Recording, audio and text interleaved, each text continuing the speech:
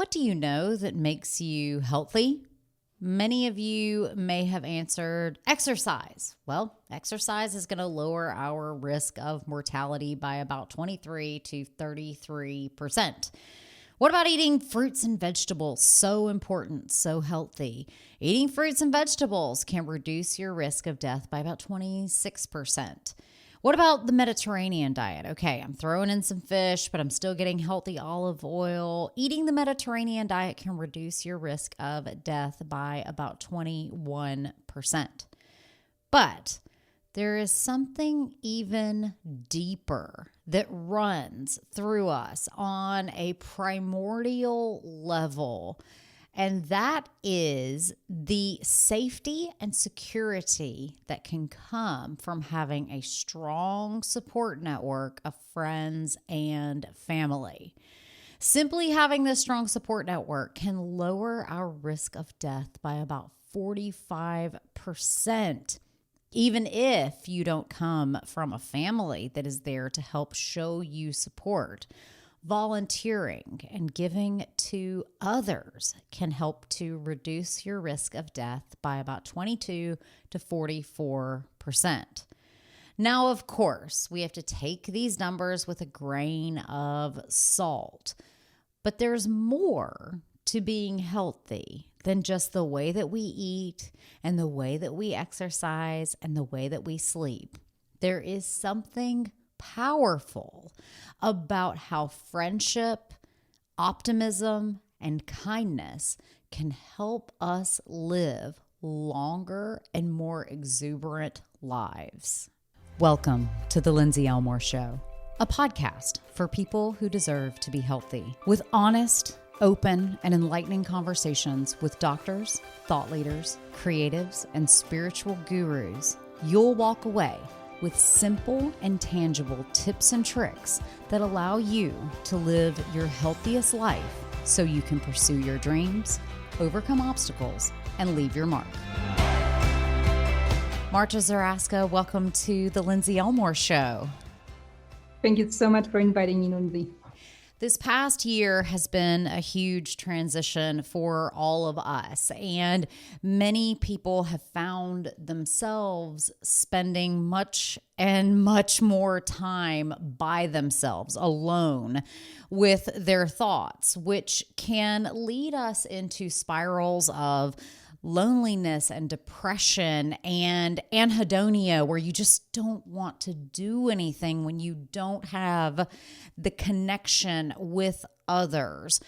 Talk to us about why it is so harmful to our psyche and ultimately to our body as a whole to be by ourselves for extended periods of time. I mean, in general, humans are social apes. We evolved to be part of a tribe. Just look at our cousins, chimpanzees, for instance. They are always surrounded by the other members of their tribe. And in our evolutionary past, if you were alone, it was a sign that things went wrong for you. Basically, it meant that you were ostracized, basically kicked out of the tribe for some reason, or gotten lost, and you were in danger because you were in danger to fall victim to predators. You could have gotten wounded and nobody that would be there to help you. So basically being alone was a dangerous state, and our bodies prepared for that. So when we are alone, we have the special systems that turn on that actually act on the level of our genetic expression, that basically we change into protecting our bodies from being wounded. So inflammation goes up, which is an antibacterial generally response, so that if you do get injured by a predator, your body will heal better. On the other hand, your antiviral response, so it goes down because our bodies are always trying to conserve energy. So if you're trying to boost something, you usually have to save the energy somewhere else. And it saves it on the antiviral response. But because, as we know it, we catch viruses from other people, right? So if you're alone, this risk goes down. So our antiviral response goes down, which unfortunately in modern times, it means that when you're feeling lonely, you are worse prepared to deal with viruses. Also, you get worse response to vaccination, for instance. There are studies showing that when people are isolated, their bodies don't produce the same levels of antibodies after vaccination, for instance, to flu or hepatitis, than they do if they are not feeling isolated. And on the other hand, your inflammation, so this bacterial protection is really up. And unfortunately, long term, inflammation can lead, to plenty of different diseases, from like Alzheimer's, diabetes, cardiovascular problems. So being alone is a natural state for our body, and a state that we recognize as a state of danger. I think it's so fascinating how you can shift towards genetic expression that primes you for this inflammatory state, as well as a sympathetic state to some extent as well. So you talked about how inflammation can lead to myriad disease, Alzheimer's, diabetes, and your research is into how does isolation and loneliness lead to accelerated aging, and how does it reduce our longevity? So where we've started is, okay, we're by ourselves, we're turning on our stress signals, and now we've created inflammation. Talk to me a little bit about how the individual who lives with this long-term state of isolation fares worse when it comes to chronic disease, and it comes to dying early, and all of the things that it seems we're all trying to avoid. Yeah, so for instance, research shows that people who are chronically isolated, they are at a 2.5 higher risk of premature death, for instance. They also have shorter telomeres, so those protective caps at the ends of your chromosomes that take important part in aging. They have exactly higher inflammation levels. They have higher blood pressure as well. And as we've mentioned before, they respond worse to vaccination. So there is plenty of things going on when you're isolated. But an important thing to recognize here as well, which is, I think, particularly vital in pandemic times, that it's all about how you measure loneliness. And generally in research, when scientists are trying to establish whether somebody is isolated and lonely, the questions they ask is there someone in your life that you can count on? Is there someone that would help you if you're sick? Is there someone who would bring you soup in the middle of the night, kind of thing? Is there someone who would drive you to the doctor, to the airport? Is there someone you can call if you're feeling down?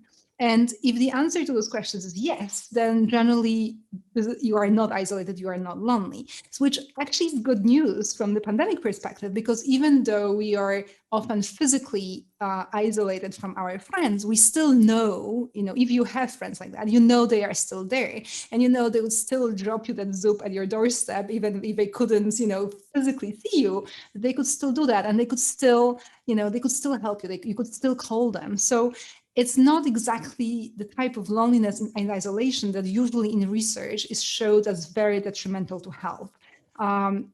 This kind of isolation is when you really know there is no one there who would help you, to whom you can call. There is nobody in whom you can confide, right? But if you have friends, even in pandemic, you can always call them, you can Zoom them, you can Skype them. There are options, right? So this is not exactly the same thing we are seeing, even though, not being physically with our friends is also difficult. That's certain. We are physical creatures, and for instance, when we touch, when we hug, when we look directly into each other's eyes, we get this boost of social hormones such as oxytocin, for instance, the so-called love hormone. So there are things happening when we are in physical contact as well, which is also important for health, but it's not as detrimental as this kind of isolation when we're talking about not having anybody at all in your life. So one of the things that breaks down under chronic stress and chronic inflammation is resiliency against disease, as we've talked about extensively. What it sounds like that you're talking about is an internal awareness that there is someone I can connect with, even if it is not physical. There are ways that I can reach out to people, that I can maintain these safe and loving connections, versus not having that at all and just feeling completely completely alone and abandoned and whatever other words that you want to use. I'm always interested in how do we create resilience, even in the times of stress? How do we create resilience so that even when we are physically alone and we can't touch people, we can't look a ton of people directly into the eyes, what are things that we can do in the day to day that help us to maintain connection? I think it's most important is the realization that you need to do that, right? And it's extremely important for both your mental health and your physical health. So just don't, just assume that you cannot have your life as usual. So you just give up. You have to find creative ways of connecting, I myself, I have been seeing my girlfriends outdoors in masks in the most horrible weather. Is one time, we stood out there in this horrible wind that was breaking our umbrellas, and it was raining sideways, and we're keeping the 2 meter distance outdoors, but we really still wanted to meet.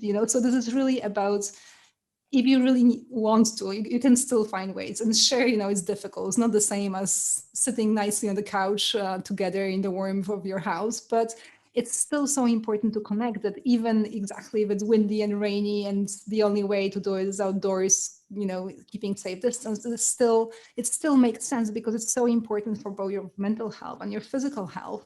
And, even making sure to call instead of texting. There is research showing that when you text people, you don't get the same amount of oxytocin boost, so this laugh hormone once again, that you get from calling people, from hearing their voice. And oxytocin, it doesn't only make you feel all warm and lovey, it actually has direct physical effects in our body. So it can potentially prevent inflammation. It has some effects on bone growth. It has pain reducing properties. So there are lots of things happening, when you actually hear the voice instead of just texting on your phone. So really trying to reach out in all the creative ways, the ways that you can find, just making sure to find time for the connection. Finding time is so important. And like you said at the very beginning, you have to accept and understand that this is a part of how we stay healthy. Now, I have on my wall back behind me, show up, work hard, and be kind. And you talk a lot about how kindness can also impact our longevity. So talk to me about, what is your definition of kindness and what are the health benefits of expressing it, doing it, being aware of it, all of the things? Yeah, so there is plenty of research showing that basically helping others, whether it's in a formal way, such as in volunteering, or even donating money, or doing very simple acts of kindness, actually impact our physical health.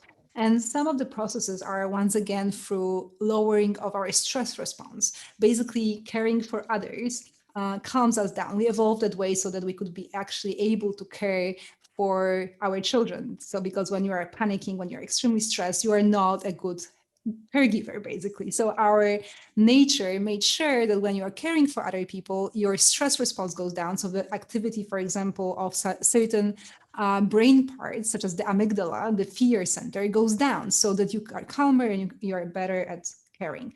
And this has beneficial effects on our health. So for instance, people who volunteer, they have lower inflammation levels, they have lower blood glucose levels, they spend fewer nights in hospitals, they generally live longer.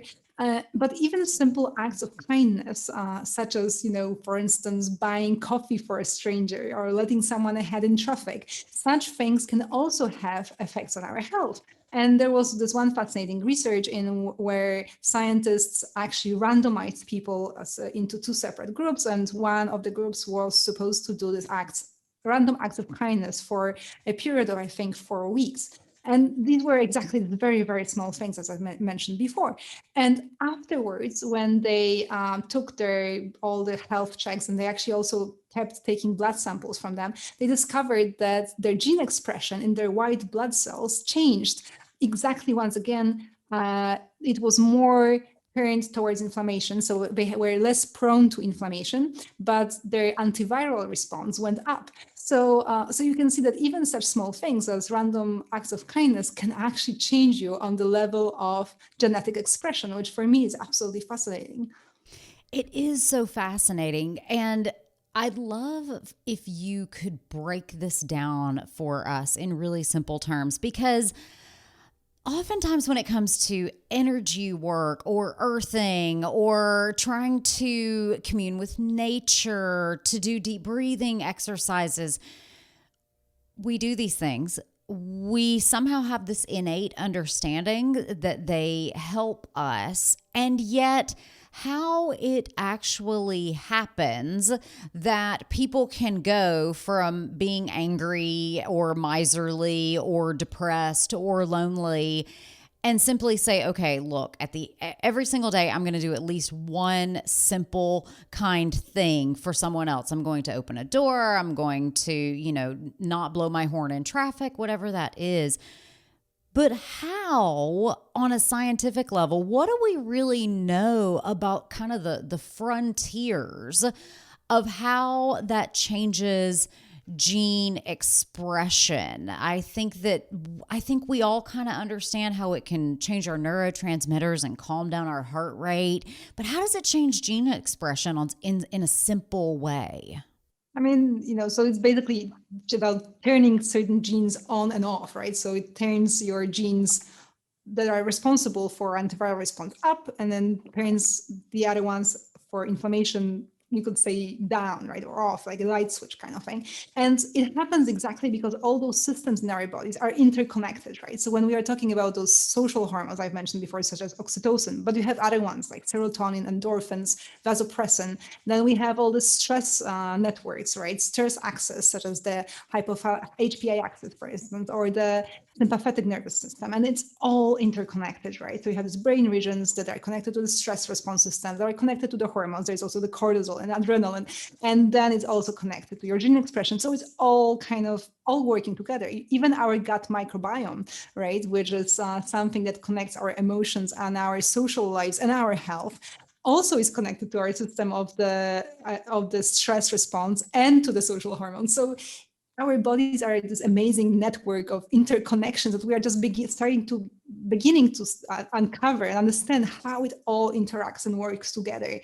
And certainly, for example, we know that acts of kindness lower cortisol response. So if you perform a lot of acts of kindness, your cortisol response, so the stress hormone response, becomes healthier. I've actually experienced it myself. I've conducted kind of an experiment on myself with scientists from King's College London, and where I was performing acts of kindness on certain days, on other ones where I was just living my life as usual, and we were measuring my cortisol levels 3 times a day to exactly establish how the levels of that stress hormone change throughout the week. And we have actually noticed an amazing difference between the days on which I was performing kindness and all the other days, independent of the actual levels of stress in my daily life on those days. You could really see that when I was doing the acts of kindness, my stress response was much healthier.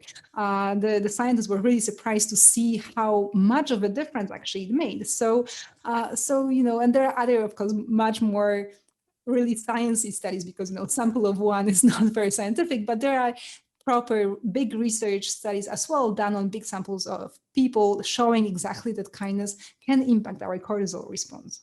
I love it because what you just said was so profound, because the N of one, of course, it's not scientifically validated and cannot be published in a peer-reviewed journal, but you saw the benefits yourself in your life, how it applies to you. And the thing that I take the most hope from in what you just said is that it happened in real time. This isn't something that you're talking about that you've got to do this for 6 months before you see any kind of benefit. This is something that can happen in real time. We'll be right back after a word from our sponsors. Putting gratitude into practice in your everyday life is simple. I've got a new free download for you over at cleanslatecleanse.com.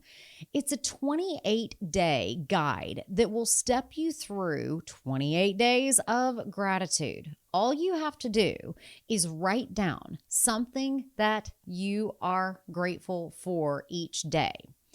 I'd like for you to focus in your gratitude in things about your body, your cooking routine, your diet routine that you are really grateful for. Take time to find the moments to celebrate when you're grateful for a beautiful home-cooked meal that was nourishing. Maybe even take time to be grateful for those meals that were celebratory, where you had so much joy and love that abounded. One of the things I know to be true in my life is that when I practice gratitude, it helps me to keep a mindset that enables me to make better choices on every single level. We know that gratitude can help our physical health. People who practice gratitude are more likely to give thanks for the meals that they eat, to thank the people around them who are preparing those meals. Giving gratitude surrounding how we eat helps us to broaden our minds and think about the farmers, the soil, the animals, the world around us, that we are a part of the ecosystem. I'd love for you to head over to cleanslatecleanse.com/gratitude. Download the free gratitude handout, and you will have 28 days of food-focused ideas on things that you can be grateful for. It's one step in the right direction for your health. And now, let's get back to the show. Now, I have spoken to my audience before. The concept of an ikigai was brought up to me on another podcast that I was on, and I found it totally fascinating. And we did a segment here on the show of me talking about what thought processes did I go through trying to fill out an ikigai. I would love to hear your perspective on why you, and traditionally, why do the Japanese, think that the ikigai is so important to health. So define it for us, and then tell us how it's going to make us healthier. Sure. So definitely, I traveled to research growing young. I traveled to Japan as well, because this is the longest lived nation right now on the planet. So I wanted to talk to scientists there, and also to elderly people, including some centenarians, about their secrets or their understanding of what makes them live so long. And ikigai, so this concept of a reason for living. Supposedly, it's very hard to translate into English. I don't speak Japanese, but the closest supposedly is the reason for living, which sometimes it gets translated into purpose in life or meaning in life. It's a related concept. And for them, this is one of the main predictors of longevity. Even the Ministry of Health of Japan, when they talk about what makes certain people live longer, they talk, of course, about diet and exercise, but also about ikigai, really, put it in a prominent spot. And they have conducted quite a lot of research as well, showing that people who have this kind of ikigai in their life, that this reason for living, that they actually have especially much lower rates of cardiovascular disease, which in turn makes them live longer too, right? Because if you don't suffer heart attacks and generally cardiovascular disease, you tend to live longer. And similar research conducted in the West on our related concepts of purpose in life or meaning has also shown that people who have that live longer. They also, for instance, suffer less Alzheimer's disease. Once again, cardiovascular disease, much lower levels. So there is a lot of happening beneficial in your body if you do find the kind of meaning and purpose. But an important thing to understand here that, when you talk about ikigai with Japanese people, they usually don't mention any grand things. They don't talk about, saving the elephants or things like that, even though it would make a perfect ikigai, don't get me wrong. But they usually name much smaller things. For instance, taking care of my grandchildren or keeping my front yard pretty so that my neighbors can enjoy it. Really, really very small, down to earth things. And so I believe that, really everybody can find something in their life that can give them this kind of reason for living. But another important thing here is that this ikigai or meaning or purpose in life generally has to be something connected to others. I've been asked by someone whether golf can be your ikigai. And generally, the answer is unfortunately no. It has to be something that you give back to the community. You give back something to others, exactly caring for your grandchildren or, this taking care of your garden, but so that the neighbors can find it pleasing. I know, baking cookies for your family so they can enjoy them. Anything like that you give away, you help others. And ikigai is also the reason why, for instance, in Japan, it's very common for people of retirement age to actually keep working, but they stop working at their usual jobs, and instead they go to special employment agencies, which are called the silver hair employment agencies, and they find themselves post-retirement jobs, which are usually very simple, usually part-time occupations, such as, keeping public garden spaces, or helping children cross on the way to school. And we are talking about people, for example, I talk to people who are, really high up in some corporations, who are managers, who are bankers, and then they go on and they become public space gardeners. And for them, they don't do it for the money. They just do it to be still involved in the community, to be useful, and to exactly have this kind of ikigai. And in Japan, there is a very common perception that this also helps them live longer and stay healthy. I love it because the way that I was explained the ikigai, it's about trying to find an intersection between what you're good at, what people will pay you to do, what gives back to the greater community. And what you're saying is most of the time, what people actually express as their ikigai is those small things. My grandmother recently passed away, and it's inspired me, encouraged me to really think about the meaning of life. And the more I recognize that when you can put small amounts of gratitude on the simple, down to earth things that make you a better person and the world around you a slightly better place, I think the happier that you'll be. And one of the things you mentioned in the ikigai is you said, look, when you have this reason for living, it gives you something more. We have diet and exercise. And in looking at your website for Growing Young, you have a lot of statistics about mortality risk of being around friends and family and having a strong support network. It's actually more beneficial to you. You are less likely to die if you have that strong support network than if we're exercising like crazy or really being just dead set that we must have this many fruits and vegetables or eat in this same way. What do you think it is that Is it simply going back to exactly where we started, that this is just something so deeply primal within us? What is that what it is? That's why it's more. Tell us more about why you think this is so hard coded and why more people aren't paying attention to it if it is so critical to our survival.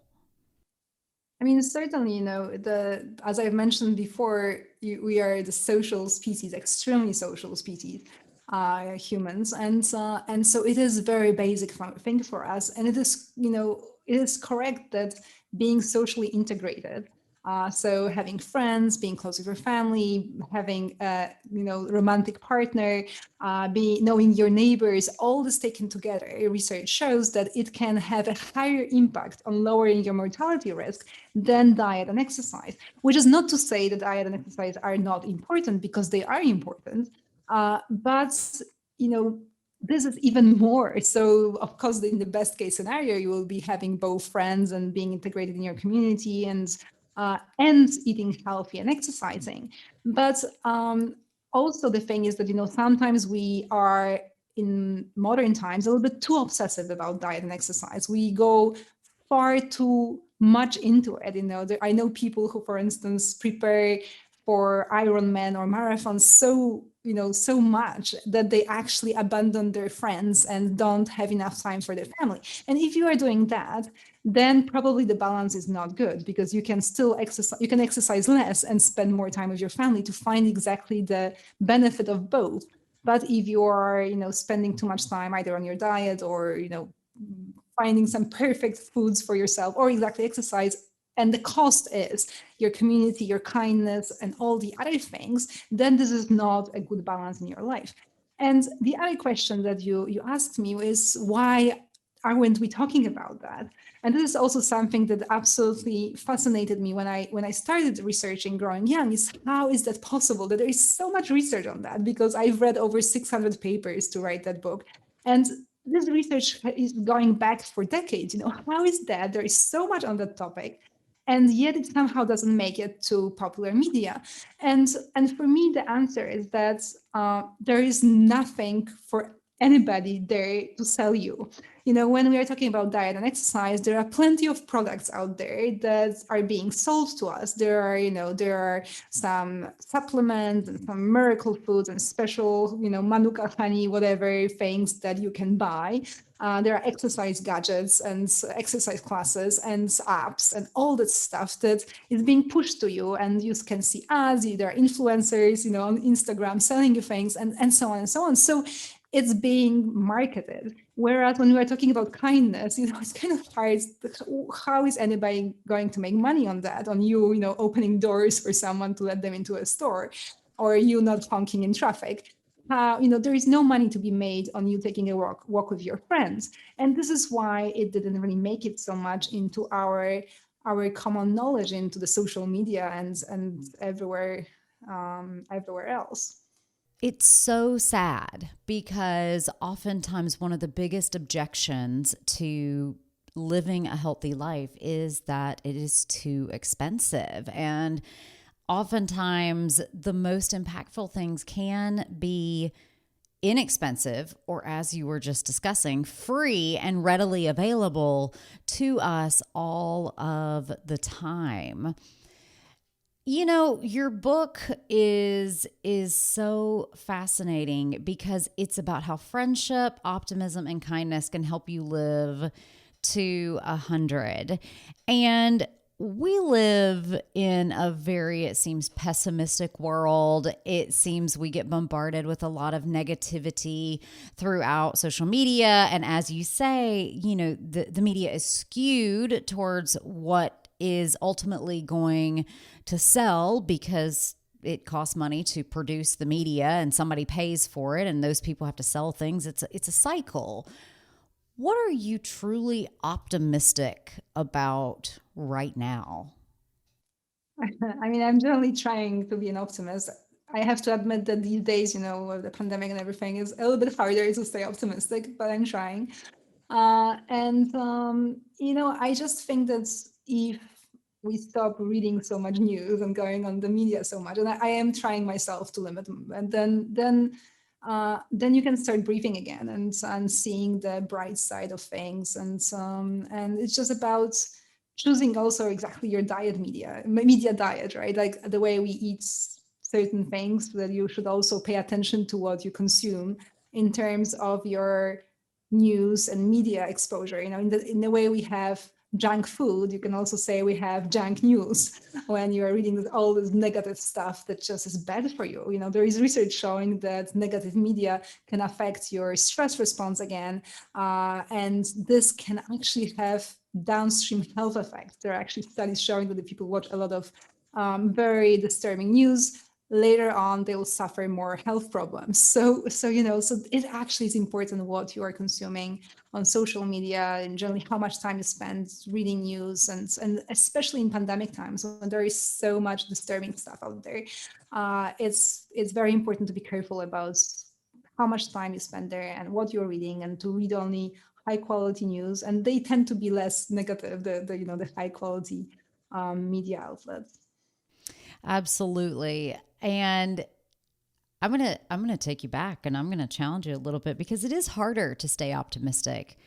But what are you in your life genuinely optimistic about right now? I think it's important for us to share, what do we have on the horizon? As you said, it's so important to focus on the positive. So what has given you joy in the recent days?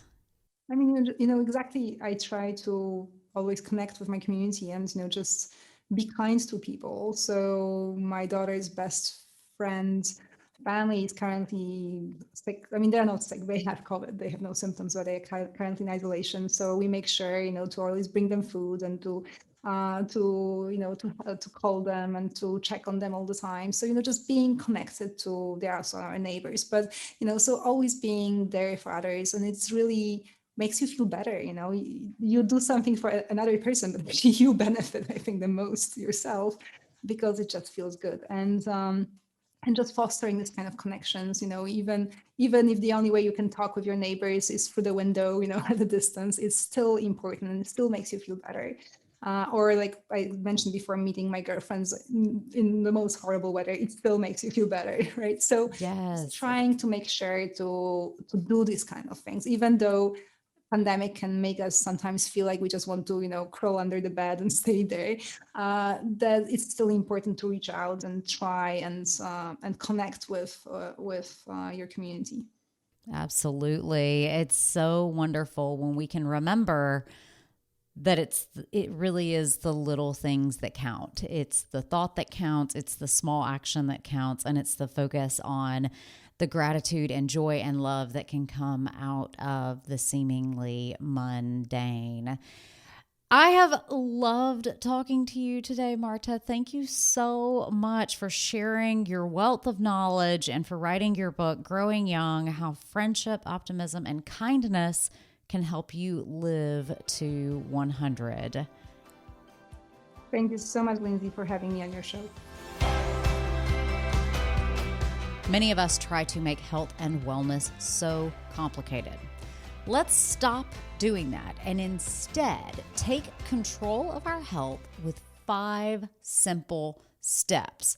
When you head to lindsayelmore.com/5pillars, that's lindsayelmore.com/5 and pillars, you will get 5 simple steps that help you to eliminate the crap from your environment, take ownership and control of your detoxification pathways, craft intentional relaxation, nourish your body, and exercise regularly. We'll take all of those steps and create one comprehensive plan that helps you to take control of your health. Head to lindsayelmore.com/5pillars now for your free downloadable.